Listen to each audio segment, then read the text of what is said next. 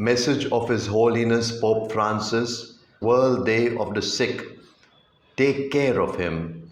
Compassion as a synodal exercise of healing. Dear brothers and sisters, illness is part of our human condition. Yet, if illness is experienced in isolation and abandonment, unaccompanied by care and compassion, it can become inhumane. I invite all of us to reflect on the fact that it is especially through the experience of vulnerability and illness that we can learn to walk together according to the style of God, which is closeness, compassion, and tenderness.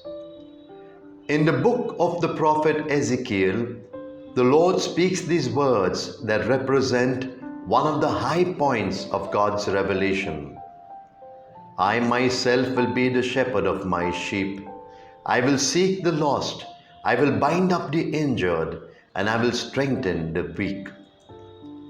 The parable of the Good Samaritan illustrates how we can move from the dark clouds of a closed world to envisaging and engendering an open world.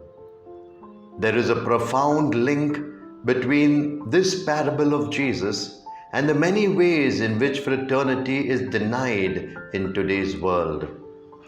In particular, the fact that the man beaten and robbed is abandoned on the side of a road represents the condition in which all too many of our brothers and sisters are left at a time when they most need help.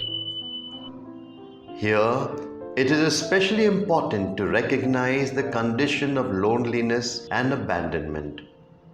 This kind of cruelty can be overcome more easily than any other injustice because, as the parable tells us, it only takes a moment of our attention, of being moved to compassion within us. The World Day of the Sick calls for prayer and closeness towards those who suffer. Yet, it also aims to raise the awareness of God's people with regard to a new way of moving forward together. The Samaritan tells the innkeeper to take care of him. Jesus addresses the same call to each of us. He exhorts us to go and do likewise.